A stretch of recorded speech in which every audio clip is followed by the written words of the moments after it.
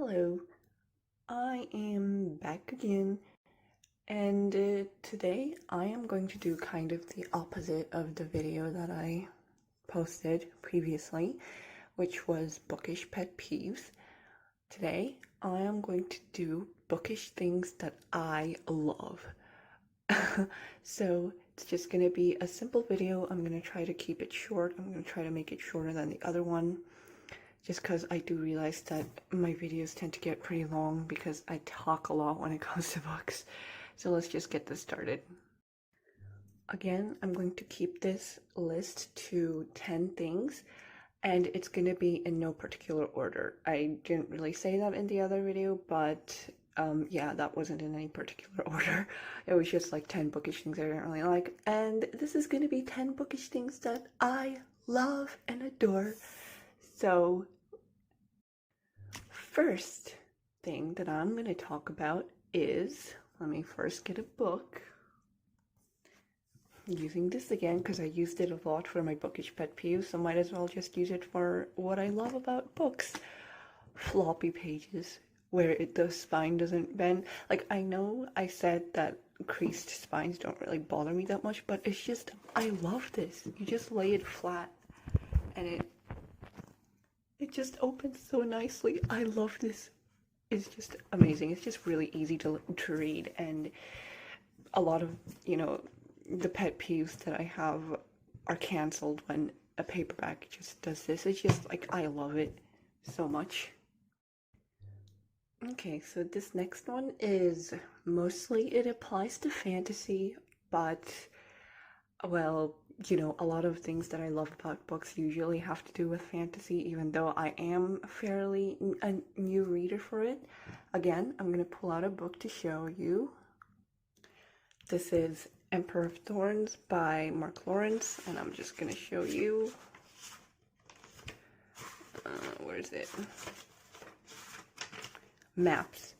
Look at that. So cool.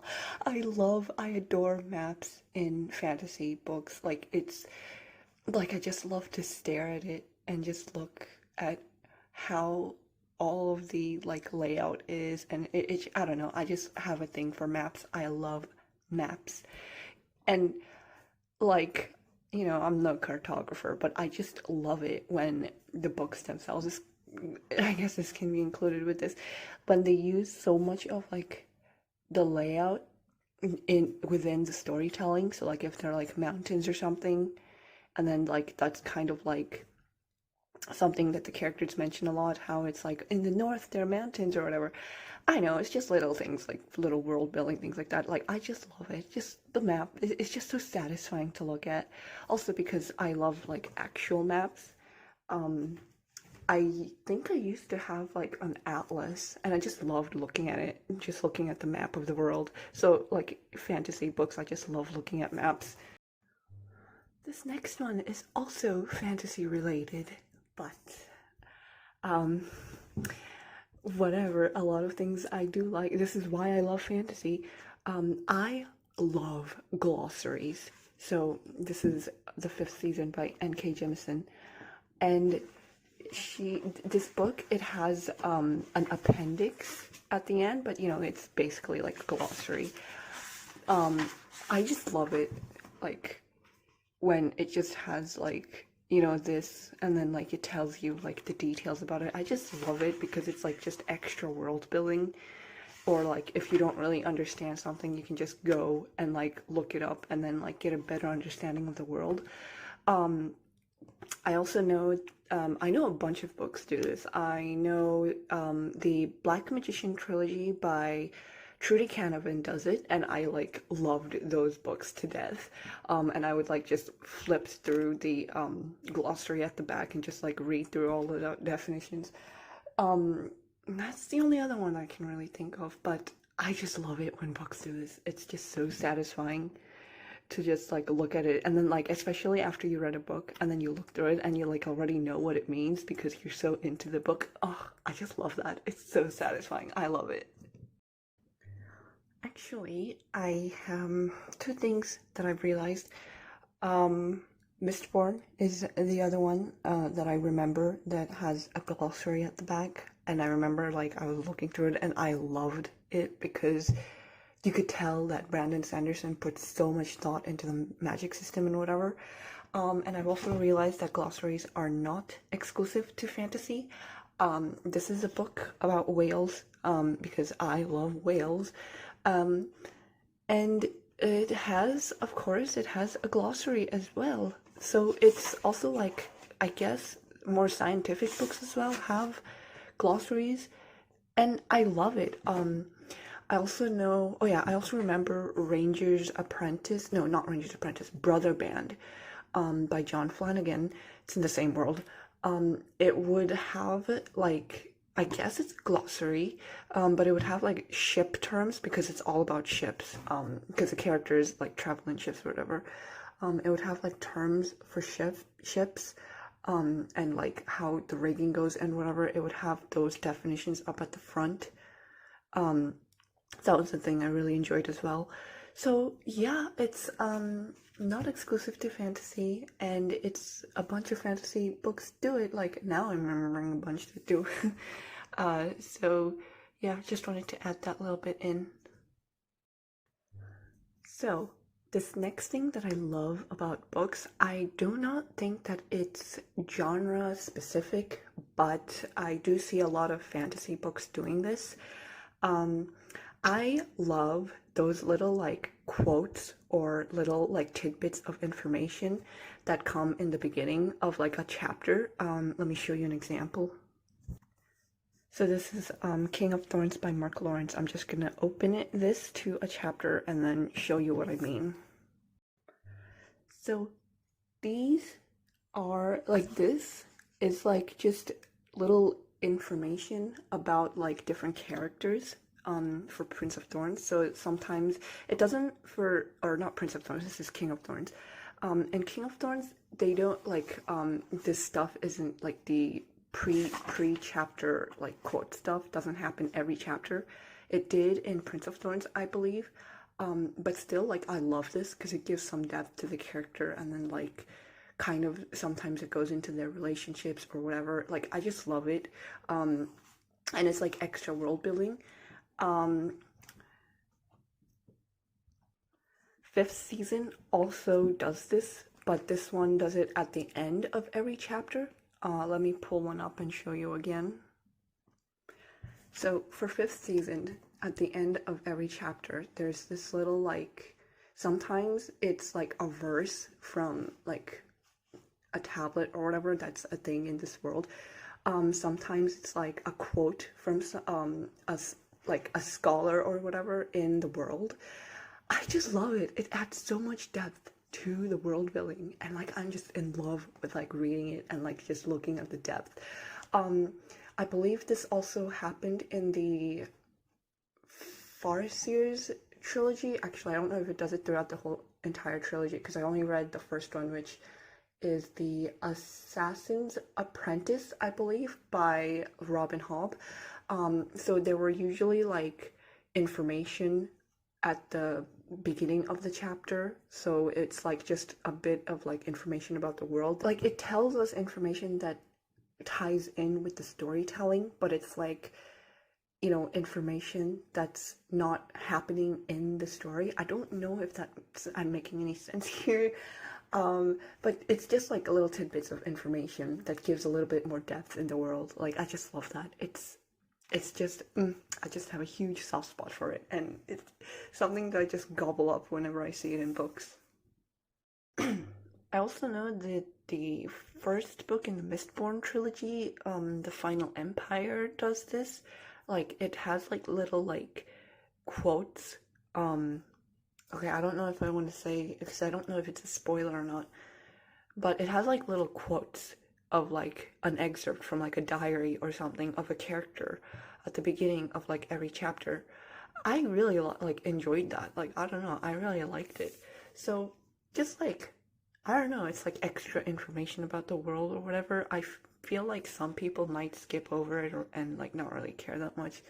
I personally, I really enjoy it. It just gives so much more depth to the world and or the characters, and I don't know, it immerses me even more. This next one is a little bit weird and niche, and I don't even know that many books that do this, but I found that I love it when books, when their not chapters, when their titles is like a an excerpt almost, or like a little bit out of like a poem or a like quote. So the big one that I'm thinking of is Of Mice and Men. Oof. I like I love the book, and I loved to find out which poem it was based off, and then reading the poem and seeing why um, that that specific title was chosen for the book. Another one that I actually found out recently, it's The Blade itself. I okay, so I did start kind of like reading through this, but I'm kind of like waiting to actually read it because I need to finish up a lot of like library books first because I have to return those books. So after that, I do plan on reading this, but I did find out that this is where Joe Abercrombie got his title from. The Blade itself incites to deeds of violence, and I just love that. It's just like, I don't know what it is, but I love that this title came from a different like quote, because I think what it does is it makes me think of how that quote will be like a theme, or like how it would relate to the way the book is told, like the story is told.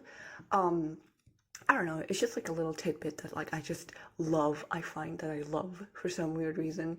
Um, so yeah, I need to find more books like that, and figure out like why that specific title was chosen. So just a little weird thing that I love, but I love it, so it's whatever.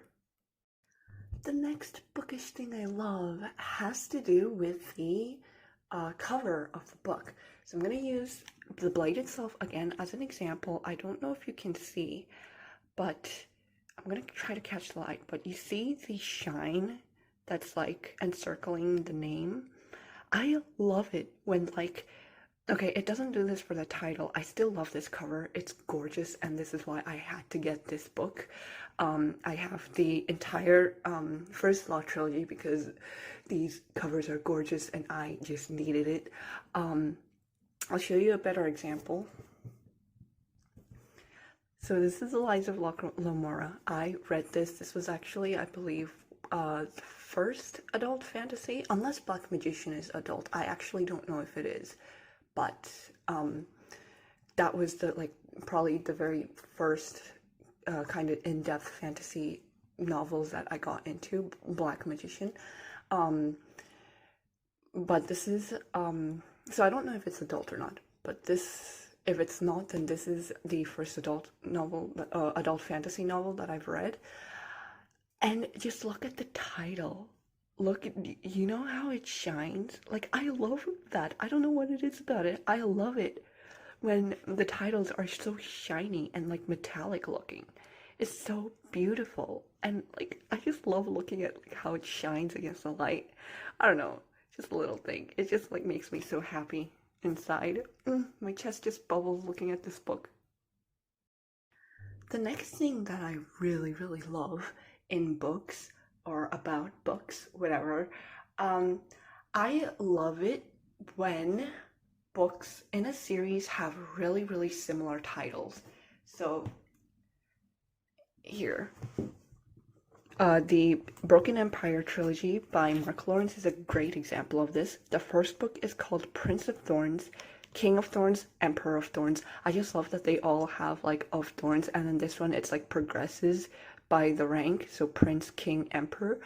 I just find it like it's so like it. I don't know. There's something about it that just gives me goosebumps. I love having really similar titles. Um, I know a few books do this. I know that, well, I know the, oh, okay, I don't know what it's called. Those books by Cassandra Clare, I've never read them. My sister actually used to read them all the time, but like I was never really interested in them. I will put up a picture because I do not know what it's called. It's the one where every book starts with clockwork. I'm sorry. I have no idea what that trilogy is called. Um but that one, like I've never read it, but I do find it like very satisfying. When I used to look at my sister's book collection and I saw those books and I'm like seeing how all their title it matches, like I just love it. It just like makes me like it just makes it look so like I don't know what it's about. I just like it when titles are like matching. And this doesn't mean that I don't like it when titles don't match. I don't really care, but it's just like so satisfying when they are matching titles. So yeah. Okay. For this next thing that I love in books or about books, I sadly do not have an example. Um, because this is just something that I found out about myself recently. Whenever I go to the bookstore, they usually have these like vintage, I don't know if it's like vintage, but they have these collections of classic books, and a lot of them have like leather coverings. I'll pop up a picture if I can find one. Um, but oh my gosh, those pictures are so, or not pictures, those covers are so gorgeous. And it just, my heart just, oh, it just clenches at the sight of them. Like I'm in love and I want to buy every single one of the classics that are in the bookstore.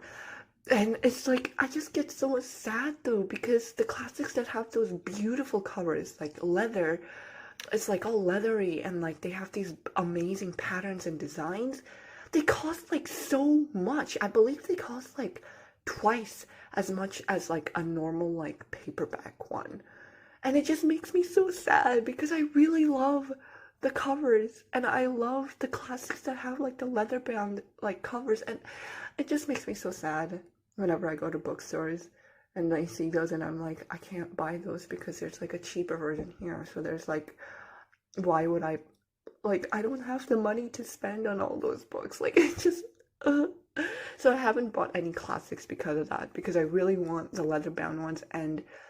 Um, and once I start making money, maybe I'll just start buying them little by little. Like, I just want them so badly.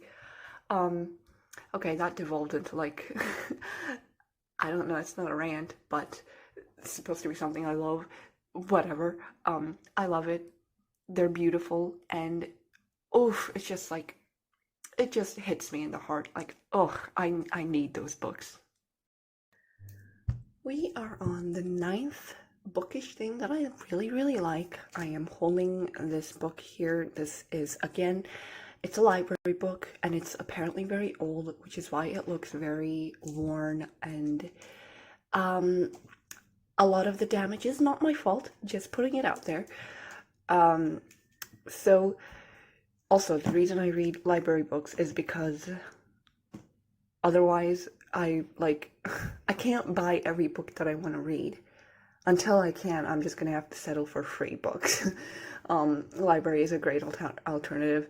Anyway, so this next thing that I really love is a bit weird, and again, it has to do with a bookmark. Um, Maybe not necessarily a bookmark, but I just love whenever I'm reading, I love watching the bookmark travel. I love like just reading, and then after I read a good chunk of it, and then I have the bookmark here, and then I look, and because I know I said that I don't like it when the bookmark sticks out, but when you like put a bookmark in, and then even if it's like inside the page, you can kind of see where it is. And I just love seeing sorry, I wasn't even showing. I love seeing the progress of the bookmark as I go along, and just like it's so satisfying to just watch the number of pages that I have left to read just diminishing. And it's like, I don't know, I just like it. It's just a little thing that I really like to do. And the final book thing that I love, also, Yeah, again, I'm just gonna put it out there that these are things that I really love, but a lot of the times when books don't have these things that I love, it still doesn't really mean that I don't necessarily like them. It like I still do like them, love them, whatever. These are just like things, particular things that like I just adore in books, but they don't need it for me to love them. Um, so this next thing that I love about books is like I love trilogies. I don't know what it is about them. It's like just three books and then each book, I don't know. I don't know what it is. I love trilogies and I've started so many trilogies because I love trilogies. So again, I'm going to put up a few examples. The Broken Empire trilogy by Mark Lawrence is one. And I'm sorry I don't have the first book because the first book is in the library right now. The Broken Earth trilogy by N.K. Jemisin. It's like I just love that it's a trilogy. And I got all three of them so that I can read all three of them in one sitting because I made the mistake of borrowing a bunch of first books in trilogies and then not being able to borrow the sequels because they're like being borrowed by other people. So Mistborn is one. I'm waiting on the second book to come back so that I can read it. And again, I mentioned Farseers earlier. I'm waiting for the second and third book so that I can read those. Um, Also, that trilogy, I don't remember what it was called. It's the um Assassin one by Brent Weeks. I'll put up a picture. I read the first one, the second one and third one got borrowed by someone else, and now I'm like waiting for them. I might have to borrow the first one again because that was like so long ago when I read it and I don't remember. I don't know if I'll be able to remember much of it when I read the other ones. So I have to stop doing that. Anyway, just moving on. I got the Gentleman Bastard sequence. Actually, I don't know if this is a trilogy. I don't know if there are going to be more books in this. But for now, since there's three of them, I'm going to count it as a trilogy. And I just love that there's three books. Oh, I don't know. It's like so exciting to me. And of course, we have the First Law trilogy. Oh, I love these. These books are like quickly becoming my new favorites because these covers are gorgeous. I love these covers. Like, oof, I don't know what like. It's so beautiful. I love it so much. Also, that's the other reason that I bought these is because my library does not have these books. I don't know why. The library does not have some of these like really popular books that I want to read. It doesn't have the third book in the Mistborn trilogy, so I have no idea what I'm gonna do after I read the second one. Ugh, it's just gonna be so painful, I know. So yeah, that's why I bought these. But books that I can find there, I'll just borrow instead of buy. Anyway, that was like a random tangent. So that's the 10th one that I really like. I just like trilogies. I don't know what it's about them. I guess they, like, I don't know. I love the number 3. Maybe that's why I love trilogies. So that was it. That was 10 bookish things that I love. I feel like I failed to make this a really short video because I did go on a few tangents. But, like, I don't know, it always happens whenever I'm talking about books. I can't help it. You can't really help when you're a bookworm and you just want to talk about every single thing about books. So it's whatever. Anyway, I really enjoyed talking about things I love about books. Um, like, I love talking about like pet peeves and stuff and being all negative, but sometimes it just feels so good to remember what I love. So, yeah, I hope that was a fun video, and I am gonna go.